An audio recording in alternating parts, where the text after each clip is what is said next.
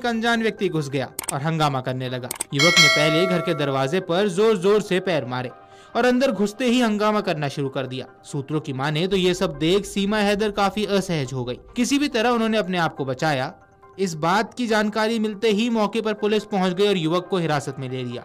युवक की पहचान तेजस के रूप में हुई है, जो मूल रूप से गुजरात का बताया जा रहा है। पुलिस ने प्रारंभिक जांच के दौरान पाया कि युवक मानसिक रूप से बीमार है। फिलहाल पुलिस युवक से पूछताछ कर रही है। मामले की जांच रबुपुरा थाना पुलिस कर रही है।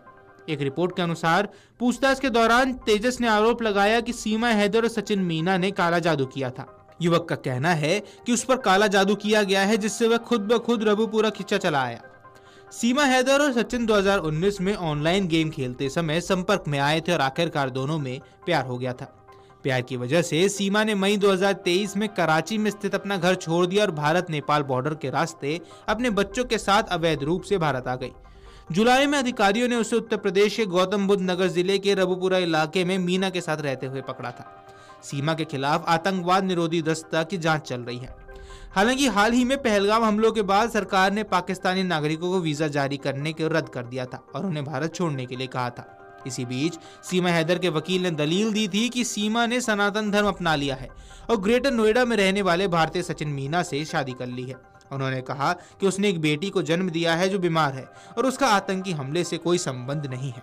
वहीं सीमा ने भी बाद में एक वीडियो पोस्ट करते हुए कहा, मैं मोदी जी और योगी जी से अपील करती हूँ कि मैं अब उनकी शरण में हूँ। मैं पाकिस्तान की बेटी थी, लेकिन अब मैं भारत की बहू हूँ, मुझे यहीं रहने दे। नहीं, देखिए, जैसा कि आपने ओपनिंग में कहा, अब वो सीमा मीना है, भारत में है। सनातन धर्म जब उन्होंने ग्रहण किया, पहली बार उन्हें पाकिस्तान में सनातन धर्म ग्रहण किया था जब उनके पति ने उन्हें तलाक दे दिया था। चौथे बच्चे की वो माँ गर्भवती थी।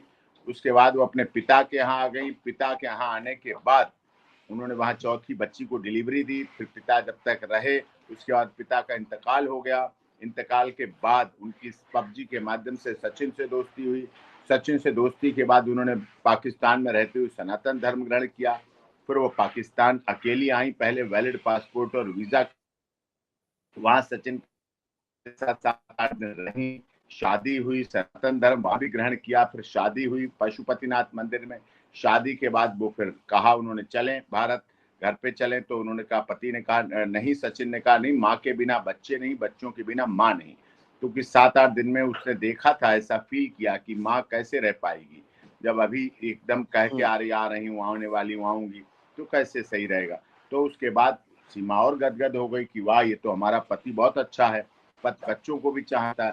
फिर वो वापस गई। फिर वैलिड पासपोर्ट और वैलिड वीजा के द्वारा कहाँ आई? काठमांडू। काठमांडू से वो भारत आई, क्योंकि भारत और नेपाल का रिश्ता रोटी और बेटी का है। नेपाल में वो भारत की बहू बन चुकी थी। वो नेपाल से भारत आई। भारत में आने के बाद एटीएस को पता चला, एटीएस को बताया गया के गई वो कोर्ट। फिर सारे डॉक्यूमेंट एटीएस को दे दिए गए। एटीएस ने केस रजिस्टर किया, उसमें बेल हुई।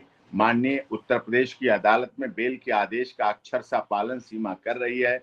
और जो पता बताया, मोहल्ला ठाकुरान रबुपुरा, जहाँ ससुराल उसकी है, उसी पते पे रह रही। वो कंडीशन थी, उसमें रहना जरूरी था, वहां रह रही। आपने भी देखा, वो सीमा मीना अस्पताल और घर के अलावा कहीं नहीं गई। जब भी मेडिकल रिक्वायरमेंट्स के लिए अस्पताल और घर उसके पास, उसके अलावा कहीं कोई रिश्तेदारी, कहीं कोई, कहीं कुछ नहीं।